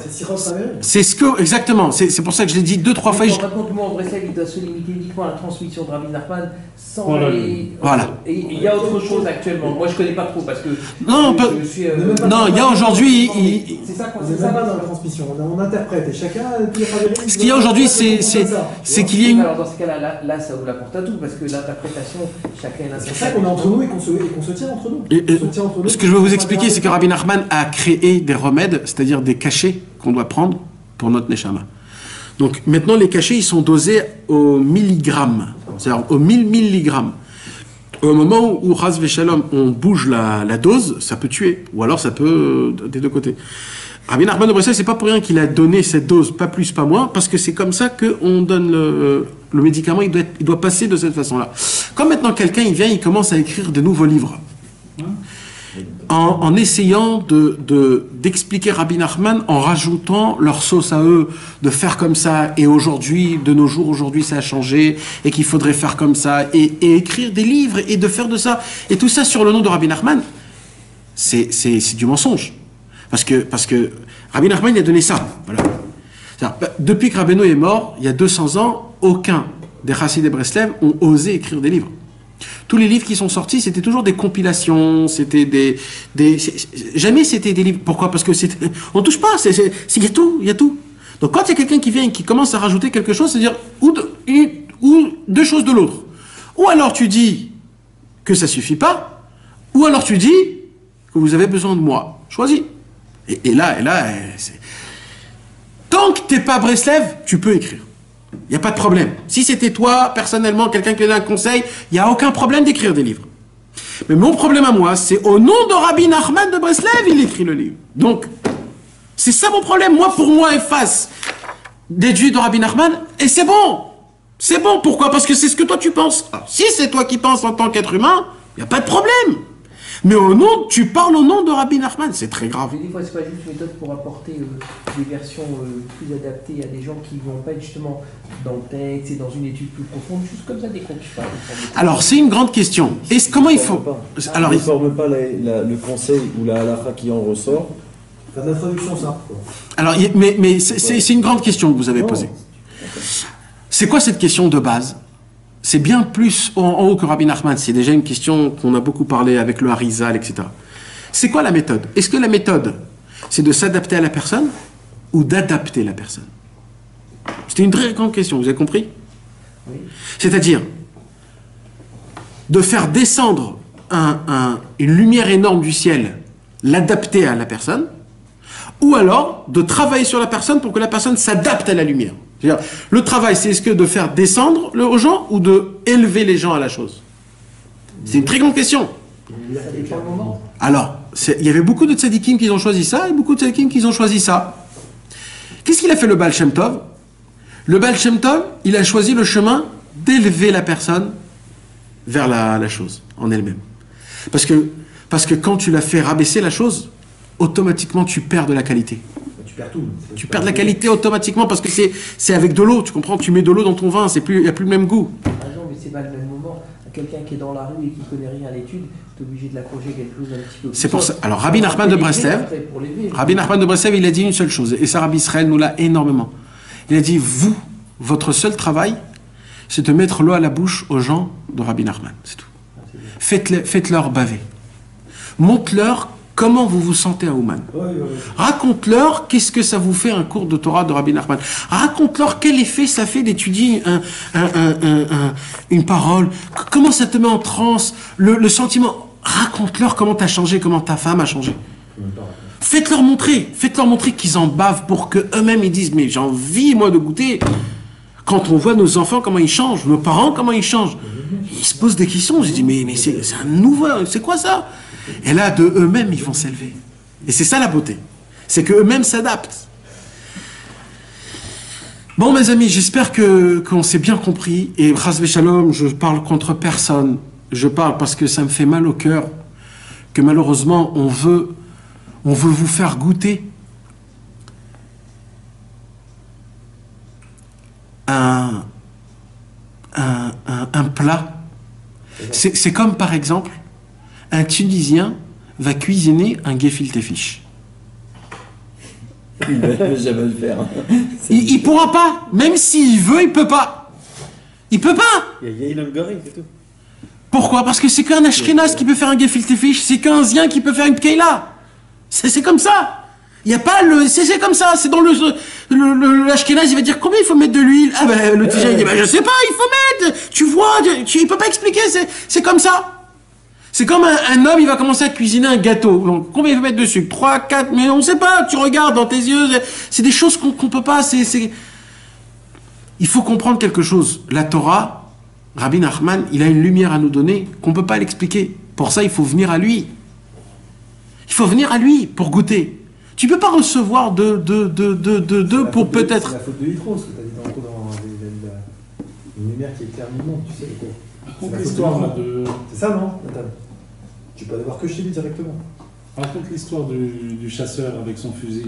C'est une très belle histoire. Raconte-la, Adolphe, raconte-la. Tu nous dois l'histoire du Chicor.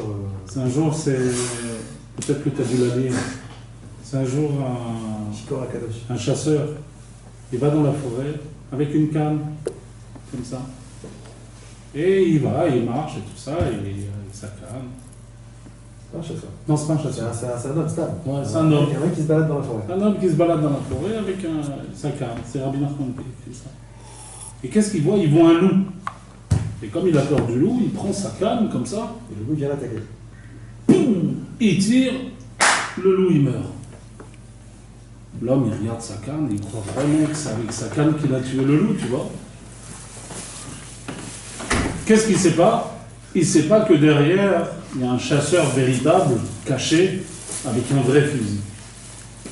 Et Rabbi Nachman de Breslev, il a dit que avant l'avenue du Mashiach, tout le monde dira c'est moi qui l'aurais fait faire tchouva. C'est moi.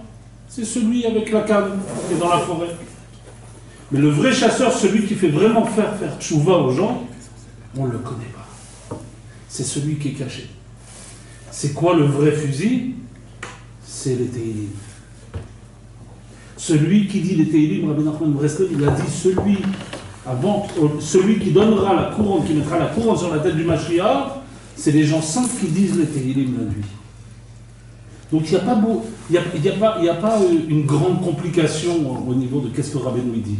Comme je t'ai dit, Rabbeinu il veut qu'on soit des petits David Ameller. Donc celui qui se lève la nuit, qui fait des Tehillim, qui prie pour Am Israël, c'est lui le vrai chasseur. C'est peut-être même grâce à lui, c'est sûr que c'est grâce à lui que des dirigeants, ils peuvent faire tchouva les gens. Tu comprends? C'est grâce à cette fille-là. Et Rabbeinu l'a dit, c'est eux qui vont mettre la couronne sur la tête du Mashiach. Tu comprends? C'est eux qui vont mettre la couronne sur la tête du Mashiach. Alors c'est simple, mais c'est la chose la plus difficile à faire.